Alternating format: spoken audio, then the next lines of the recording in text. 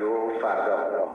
عاشق یکی شدم نمیتونم بگم بهش، دل من دنبالشه نمیتونه بکنه دلش، اونه روزای بارون کنار همه کودکانه داره،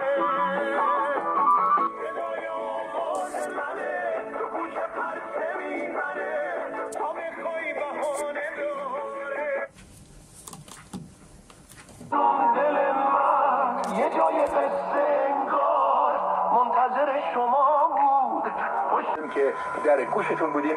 قرار ما هفته دیگه روی پادگیرها و البته رادیو فردا.